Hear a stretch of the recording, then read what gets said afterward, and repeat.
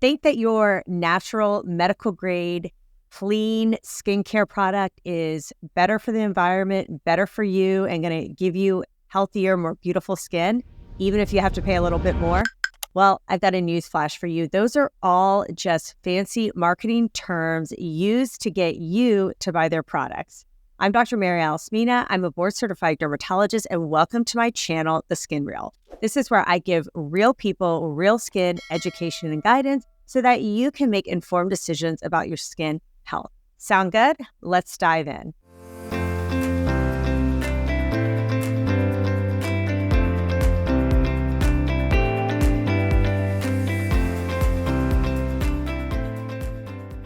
Welcome to my weekly recap podcast episode where I break down my key takeaways from my most recent podcast interview with Dr. Lindy Fox. She's a board-certified dermatologist, as well as a skincare creator and founder of Vetted Derm Lab. If you want to hear the full podcast episode, be sure to check that out as well. All right, so let's get into this. The trouble with clean beauty, right? You hear the term clean beauty and you're like, yes, I want that, right? Does anyone say, no, I don't want clean beauty. I want dirty beauty. I want yucky beauty, right? Like, of course we want clean beauty. We just hear that word and we think fresh and beautiful and easy and natural, or at least I do. And in my head, clean beauty also means good for the environment, that the company has high standards and they take care of their employees and they don't test on animals and all of these things. But the concept of, or what clean beauty means to me is going to be very different to what clean beauty means to you or someone else who could be listening, or the companies for that matter, right?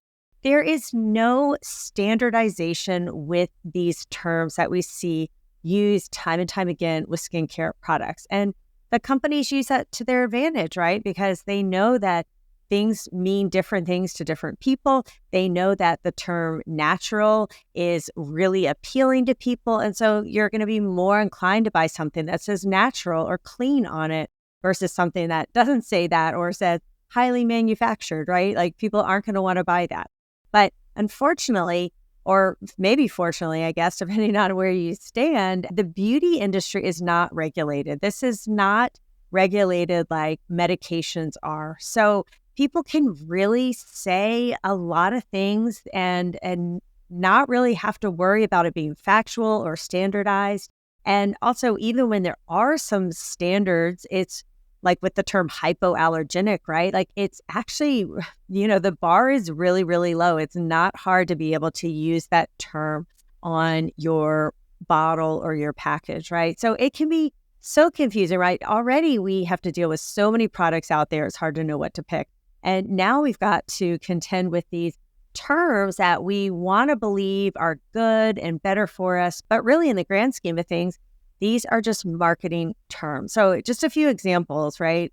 Clean. Again, no standard guidance. There's clean for the environmental working group, clean for different associations and different groups. So that all means different things. And I bet clean to you might be different from what clean beauty products are for me. So that's one. Medical grade skincare. That is a bogus made up term, right? Medical grade skincare is really prescription medications that you have to get from your doctor. So a lot of times these companies use that term when it's sold in a doctor's office, but really that is just to kind of make it feel more exclusive, and usually it's more expensive, right? So it doesn't necessarily mean it's better, and really it's not medical grade or prescription strength. It's still over the counter. So those are just some of the terms. Natural, right? That's a big one. What does natural really mean? Lots of things are natural, and also just because something is natural doesn't mean it can't cause harm. And I know we always use the example of poison ivy, but for skincare, I'll use the example of lavender or rosemary extract. Like some of these essential oils, many of these essential oils are highly allergenic for people, and they're what we call sensitizers. And they cause numerous allergic contact dermatitis or rashes on people when it's applied to the skin. And these fragrances are everywhere and stuff, and these essential oils, it's really hard to get away from them. And so, yes, that's natural, but that's not what you want to be putting on your skin per se. So Super confusing. That's why I love that Dr. Fox was on to help break down some of this. And as a dermatologist who sees and treats really serious medical skin concerns in hospitalized patients, she also has created a skincare company. And this is not sponsored. And I actually have never used her products myself yet, but she has seen what it takes to create a product and then also the side of marketing it and some of the tricks and gimmicks and ploys that a lot of companies use to get us to buy their products as consumers. Because again, we are so wanting to have something that's safe for the environment, safe for our skin, and good for us. And so they kind of use these terms to make us think their products are safer or better. And really, it's not necessarily the case. All right. So she did give me some really good pointers, though, on what to avoid and what to look out for. Things to avoid in your skincare products. And I think, first of all, you want to take the product and you actually want to flip it around and you want to look at the ingredient. Now, I know a lot of these ingredients, they have very long names. They can sound kind of scary sometimes, but actually look at those ingredients and see what's in there. She really recommends avoiding really common sensitizers. So what's a sensitizer? A sensitizer is something that a chemical or an ingredient in your product that with frequent use all the time or more often than not, it will prime your body to create or mount an immune response. This is called a delayed type hypersensitivity reaction. The most common example, poison ivy, right? When you first touch poison ivy, it doesn't affect you because your body has never seen the urushiol oil before. And so it doesn't have an immune system or immune response ready to go. The next time you touch it, you're going to have a little bit of an immune response. And then if you are to consistently be out in poison ivy, you're going to get a really robust, strong reaction to it. So the same thing happens with skincare products. So this is why you could be using Neosporin, which has a common allergen, neomycin, on your skin. You could use it for years, but with enough usage and enough time in certain individuals, you will or can develop a rash. And this happens with skincare products too. So sometimes I know people will say, but I've been using this product forever. So why is it all of a sudden now giving me a reaction? Well, this is just an example of that delayed type hypersensitivity reaction. So frequent sensitizers are, I would say, number one are fragrances. And it's really hard to avoid products with fragrances, but you got to really, really try. It might smell good in the immediate, but we don't need fragrance in our cleansers and our shampoos and our moisturizers and our sunscreens and everywhere, burning candles and air fresheners, right? Like all of these things, all of these fragrances all the time, it's overwhelming. And these are number one sensitizers and allergens in people. So really try to avoid fragrances, find a perfume you like and stick to that instead. The second one, essential oils, super, super common. And yes, they're natural, but they are very common and well known to cause allergic reactions. So again, enjoy them in other ways, but not necessarily putting them on your skin. Propylene glycol can be a common sensitizer for people, as is formalin or formalin releasers in products and certain preservatives. And then this is a common one that a lot of people think is good for your skin. And while you may want to take it as a supplement, dermatologists, we really don't like vitamin E, a common sensitizer. And I will get patients all the time saying, should I rub some vitamin E on my scar? And really, it's not a good option. It's not going to help your scar other than the fact that you're rubbing it.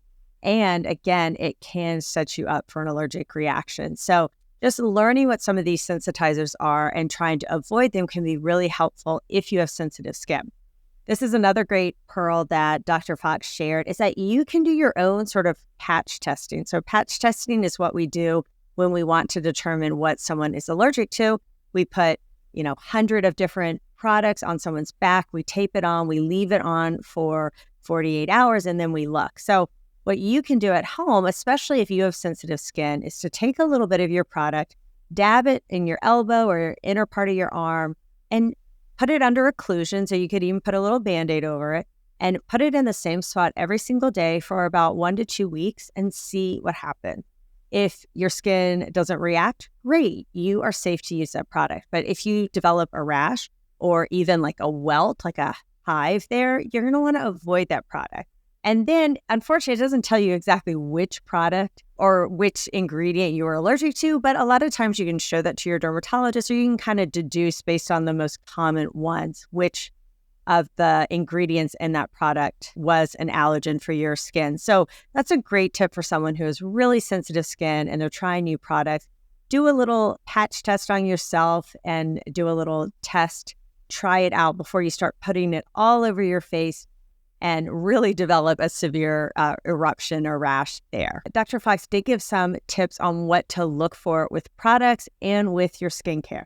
And just like me, just like really most dermatologists that I know, we are always recommending a simple skincare routine. You do not need a lot of steps, and it can be really, really basic. Now, basic may sound boring to some people, but really for the best skin, you don't want to overwhelm it. You don't want to be putting too many actives on at once because it's going to backfire. You're not going to get the skin that you want. You're actually most likely going to get irritation, a rash, and a damaged skin barrier. So keep it simple, a gentle cleanser, a moisturizer, and sunscreen. Those are like the bare minimum. And if you want to get a little fancy, add a vitamin C in the morning and a vitamin A or retinoid in the evening. And that's what I use consistently. That's what Dr. Fox uses, right? Like that's what most dermatologists that I know are using. And it really can be that simple. Now, preference-wise, people are going to like different things. Some people really like the elegance of a fancy bottle looking beautiful in your bathroom. And then some people are maybe more like me, right? They don't really care. They just want it to work well, be effective, and feel good on the skin, right? So you may have preferences for certain things, right? You may like your moisturizer to be a little more elegant, but your cleanser you're not so worried about, right? So you can play around with things, but what's important is that you are consistent and don't give up too quickly. So frequently we'll find that people will bounce around with their products, try something for a week or two or even a month, and then say it doesn't work and try something else. So really for the best results, no matter what kind of skincare product you're using, be consistent and give it time. Just like working out, you don't build those muscles and definition and lose weight all within the first week or even month. It takes time. And skin is just like that. So pick high quality products and ingredients and just know that high quality doesn't always mean expensive. And pick products that are going to be beneficial for your skin needs, not what your friend needs or some celebrity, but what you need. And be consistent with it. That's going to give you the best results. Better than any laser or device or any in-office procedure that we can do is simply just sticking with good skincare and being consistent with it. I encourage you to check out the episode right here because lots of great takeaways and pearls about what exactly clean beauty is and what it isn't. And I will see you next week.